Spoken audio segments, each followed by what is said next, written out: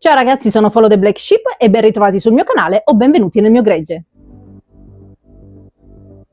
Oggi andremo a fare l'unboxing di un prodotto che quando è uscito l'ho subito notato e l'ho reputato subito molto interessante e affascinante. Andiamo a svelarlo subito. Eccolo qua, si tratta del manipolo di Golden Maple. Quindi andiamo a svelare il contenuto della confezione e andiamo a parlare di alcune caratteristiche, così vediamo subito se ci convincerà alla prima occhiata. Venite con me! Prima di svelare il contenuto della confezione però vi ricordo di rimanere con me fino alla fine del video, perché alla fine avrò un regalo per voi, per cui rimanete sintonizzati. Allora, innanzitutto dalla confezione, che è in cartone, possiamo vedere che vengono riportate alcune caratteristiche importanti del manipolo. La cosa fondamentale è che ovviamente è un manipolo ergonomico e si possono staccare i vari pezzi per adattarlo ai propri usi. Sul retro viene indicato ovviamente che si tratta, ripeto, di un manipolo in legno ergonomico molto solido. Viene ricordato di non sbatterlo per terra, ovviamente, perché essendo in legno ci potrebbe anche essere il rischio che si crepi, ma bisogna dargli proprio uno scossone molto forte affinché avvenga. E sul retro vi è anche scritto il contenuto della scatola, che però adesso vediamo insieme. La cosa secondo me più interessante è che si tratta di legno di faggio, incredibile. Sul fianco di nuovo c'è l'immagine del contenuto e andiamo a scoprire cosa c'è dentro dunque. Allora, innanzitutto le istruzioni, perché può sembrare una cosa scontata, ma le istruzioni sono importanti anche perché vi sono segnate alcune cose fondamentali. Dopo le vediamo insieme nel dettaglio. Sveliamo il contenuto vero e proprio. Allora, innanzitutto il corpo del manipolo, eccolo qua, con i magneti sia sopra che sotto, è un'impugnatura molto ergonomica. Qua ci sono i fori per andare ad incastrare il supporto che vi serve per avere una pittura più stabile, infatti vi potrete appoggiare per dipingere o tenerlo così come più siete comodi. Poi abbiamo un numero infinito di teste intercambiabili, perché sono una grande per dipingere magari i vostri mostri su basetta grossa, molto grossa, e poi addirittura non una, no due, no tre, ben 5 teste intercambiabili, che sono tutte ovviamente magnetizzate, eccole qua. Le teste piccole vanno alloggiate su questa parte del manipolo e non vi potete sbagliare, perché dall'altra parte del manipolo il magnete è posizionato all'inverso e quindi respinge il caps e non lo fa attaccare, quindi andate a colpo sicuro. Il magnete è molto resistente, devo dire, faccio un po' di forza per toglierlo.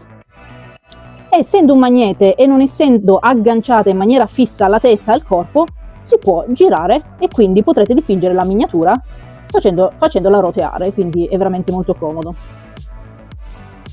Dall'altra parte si aggancerà la testa, quella grossa, eccola qua, ha una scanalatura comoda che dà anche più stabilità alla testa, e in questo modo di nuovo possiamo far roteare il manipolo e dipingere la miniatura a 360 gradi. Anche questa è molto solida.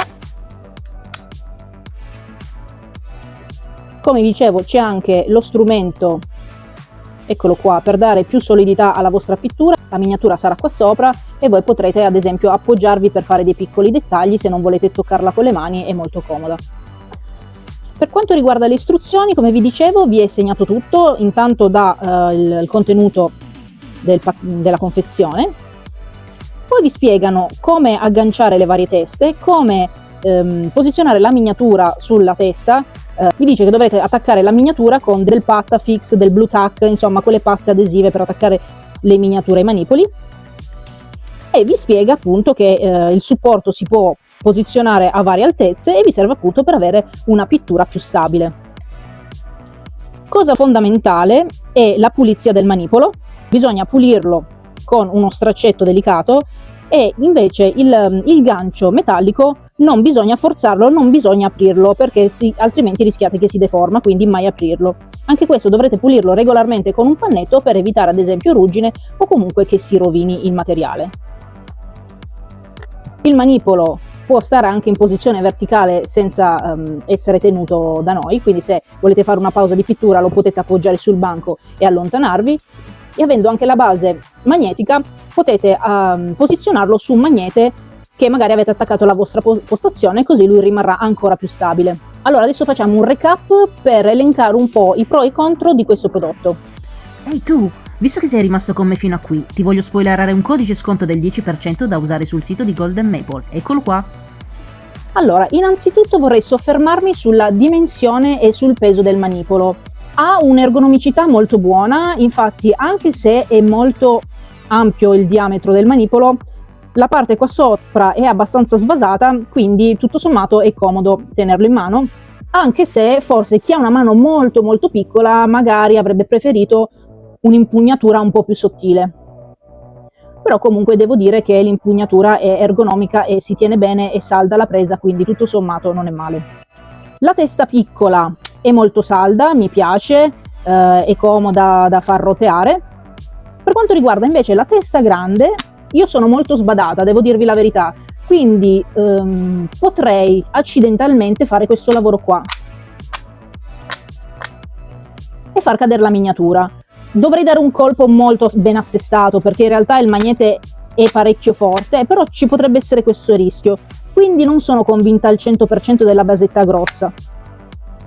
Penso che la utilizzerò più da questa parte, mi convince di più, e poi perché generalmente quando dipingo le miniature, dipingo miniature che stanno comodamente su una testa di questa dimensione. La cosa che mi piace molto è lo strumento accessorio, il gancio, che può essere posizionato a varie altezze, quindi potete adattarlo bene al vostro utilizzo.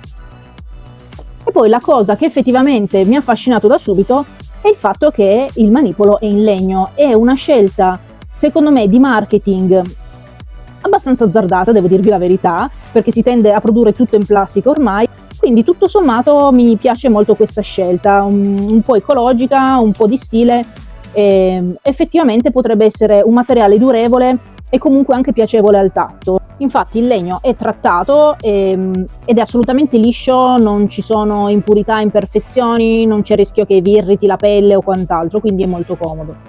Ovviamente un altro pro di questo prodotto è la possibilità di ruotare a 360 gradi la miniatura utilizzando solo il pollice, quindi non dovendo utilizzare l'altra mano, e quindi ed estremamente comodo.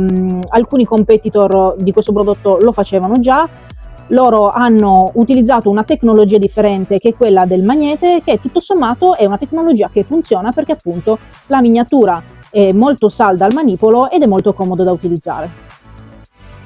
Un'ultima cosa apprezzabile che dimenticavo di dirvi, ed è una cosa che io, come sapete, guardo molto, è il packaging.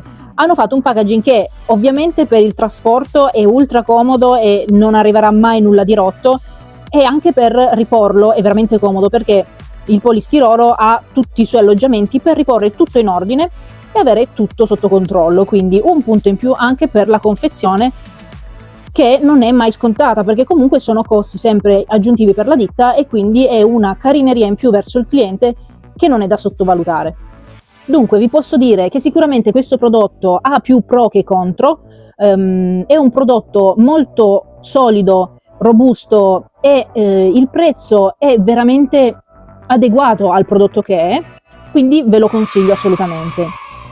Una cosa che dovrò testare però col tempo, utilizzandolo man mano, è la pulizia del prodotto stesso, perché voglio capire se pulendolo riesce a ritornare pulito così come è nato, oppure l'acrilico tenderà ad incrostarsi sul legno. Ovviamente, come consiglio generico che posso darvi è: ogni volta che sbagliate qualche tocco col pennello, andate a toccare il manipolo, cercate di pulire l'acrilico subito, ma questo ve lo consiglio per tutte le superfici. In realtà non lo fate asciugare perché poi è più difficile da rimuovere dalle superfici.